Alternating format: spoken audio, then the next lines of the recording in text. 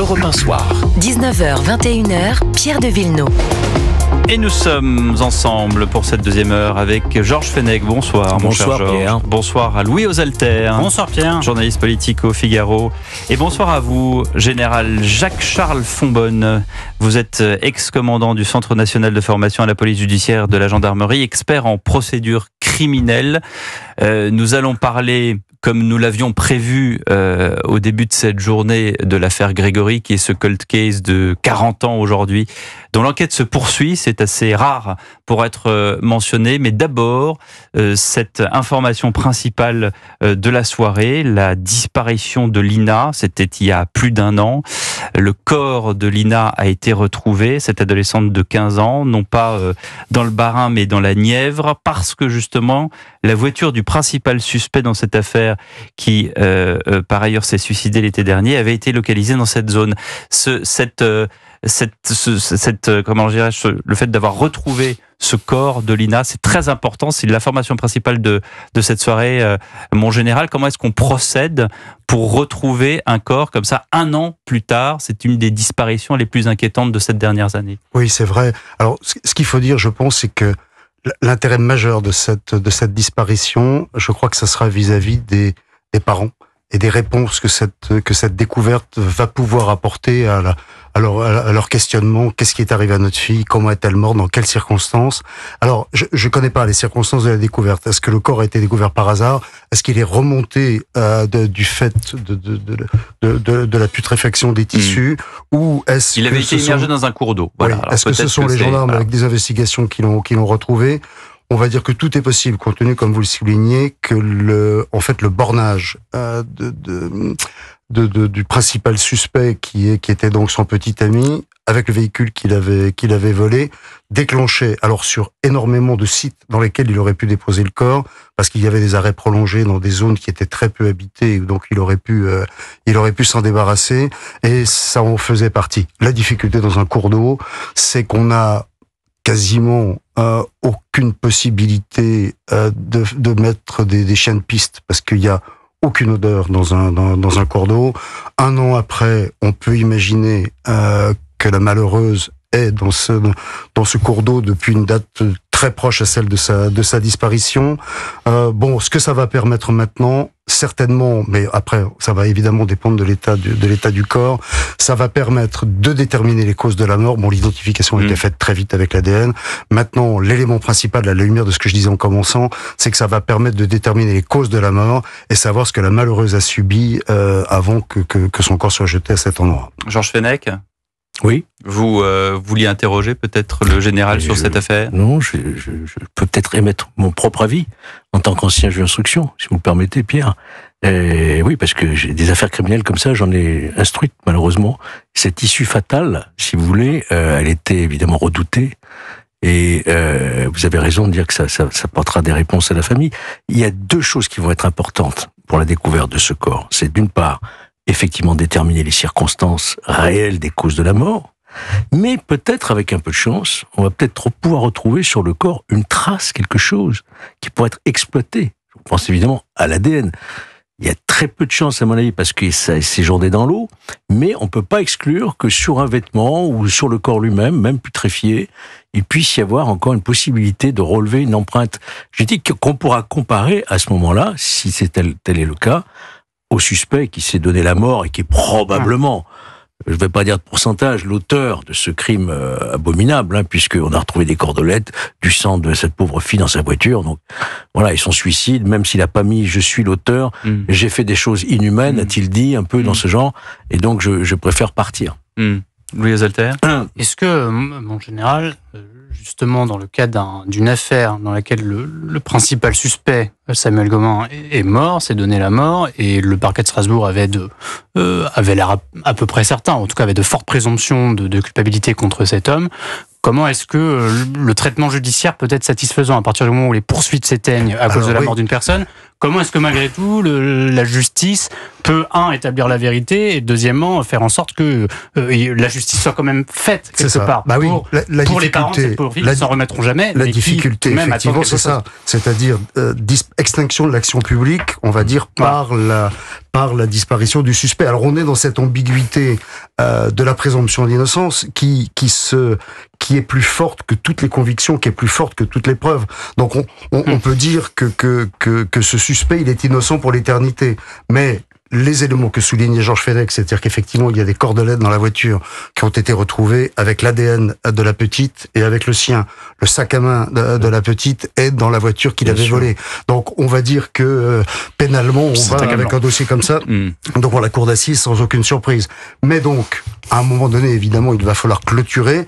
On imagine qu'il va y avoir une clôture de l'instruction, à moins qu'il y ait un élément nouveau, qui pourrait par exemple être celui de la présence d'un complice. Pour avoir fait plusieurs affaires comme ça, comme vous vous en doutez, c'est un élément qui serait quand même assez extraordinaire, compte tenu de la relation vraiment intuitu-personnée qui existait entre ces deux personnes, et l'expérience enseigne que dans ce genre de choses, l'auteur est tout seul. Il fait pas appel à un complice. C'est pas un crime crapuleux. C'est pas un viol avec une équipe de jeunes désœuvrés qui ont bu un coup de trop avec une provocation quelconque contre eux. C'est vraiment un rapport de deux personnes qui se connaissent. On imagine assez mal la présence d'un complice, mais ça sera forcément la dernière piste qui sera poussée par les enquêteurs. Georges Fenech, vous vouliez rajouter Non, l'excession de l'action publique, ça va concerner évidemment le suspect, mais le juge d'instruction qui va enquêter va évidemment aller jusqu'au bout des investigations, faire tout l'entourage du suspect, pour savoir s'il n'y a pas eu la moindre des complicités, ou voire de recel de cadavres, peut-être, de protection. Donc il y aura des mois et des mois de travail pour le juge d'instruction. Ça ne va pas se clôturer comme ça.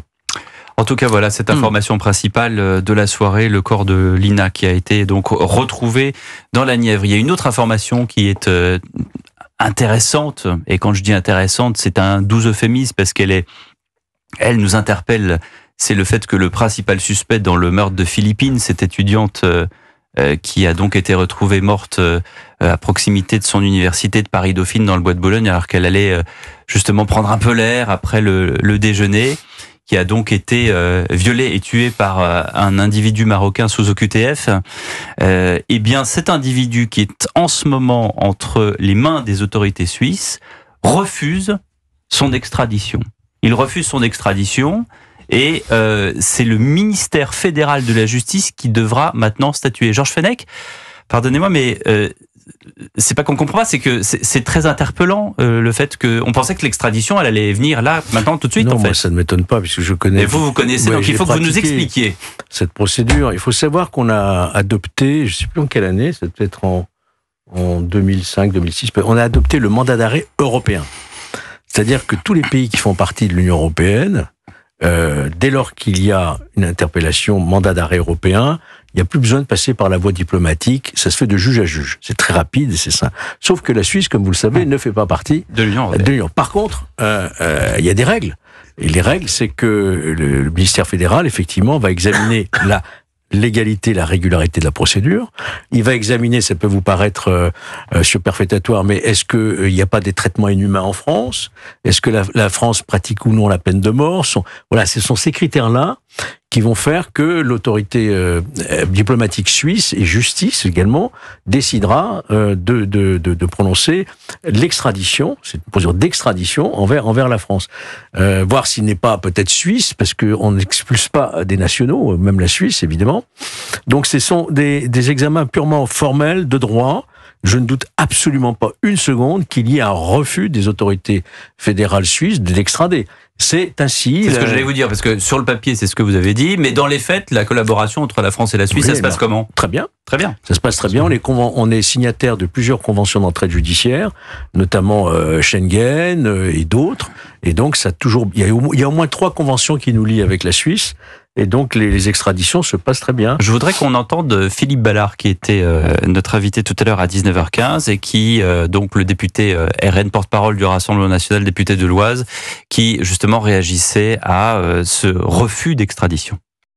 C'est déjà absolument scandaleux. C'est-à-dire celui qui a la main, c'est celui qui a assassiné une enfant de 19 ans. Donc voilà, ça c'est. Je pense que tout le monde a le même sentiment. Après, il faut se rapprocher des autorités helvétiques, engager peut-être, si nécessaire, un bras de fer. Mais enfin, il est hors de question que cet individu décide de son propre sort, alors qu'il doit rendre des comptes et chèrement des comptes. La procédure, on en a parlé, Georges Fenech, mais comprenez, imaginez les parents de Philippine qui écoutent Europe 1 ce soir et qui entendent que cet homme-là refuse d'être extradé. On comprend que Philippe Ballard, et je pense beaucoup d'autres personnes, et peut-être dans ce studio, soient scandalisés. C'est un droit. Il a le droit de dire je refuse, mais c'est pas lui qui prendra. Il n'est pas maître de son destin. Il n'est pas maître de son sort. Voilà. C'est comme Salah Abdeslam en Belgique. Il avait aussi refusé, si je me souviens bien, d'être extradé. Mais pourquoi on leur pose la question dans ce cas-là? Est-ce que vous refusez ou vous ne refusez pas? Il y a quand même des droits, et le fait est que, effectivement, on vérifie un certain nombre de règles formelles, quoi. Général Fonbonne. Oui, je suis du même avis que M. Fenech. C'est pas étonnant.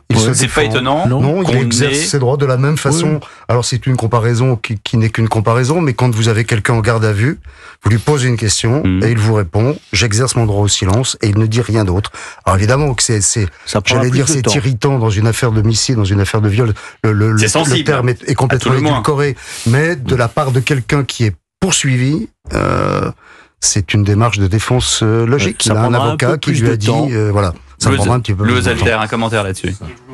L'affaire, c'est que ça prend du temps, mais la justice, de fait, prend du temps. Elle n'est pas le temps médiatique, et la présentation médiatique qui en est faite peut laisser penser que son sort est entre ses mains. Or, vous avez bien dit dans votre journal permanent que désormais, c'était à l'Office suisse d'en décider, et de toute évidence, j'ai non plus aucun doute sur le fait que ce Marocain qui était sous EQTF, en tout cas, quand on entend le RN est jugé en France. Et Philippe Ballard, on a l'impression que peut-être que en tout cas, M. Ballard voudrait qu'il y ait même plus ce droit de se dire qu'on a le choix de dire qu'on est extradé. Mais il faut qu'il se mette à la place d'un mis en cause, pas du tout dans une affaire de ce genre, mais dans une toute autre affaire. Voilà, ça fait partie des droits de la défense, comme vous le rappelez. Il faut aussi que l'infraction commise dans le pays soit répréhensible. Si, par exemple, la France demandait l'extradition de quelqu'un condamné pour abus de bien social en France, ou instruit, la Suisse dirait non, puisqu'il n'y a pas d'abus de bien social. En Suisse, vous voyez, il faut donc vérifier effectivement toutes ces choses-là, quoi. C'est très technique et ça a le mérite d'être précisé. Et heureusement que vous êtes là ce soir, Georges Fenech, le général Fonbonne, et accessoirement, mon ami Louis Alter pour les commentaires politiques. On va parler de l'affaire Grégory dans un instant. Restez avec nous sur Europe 1.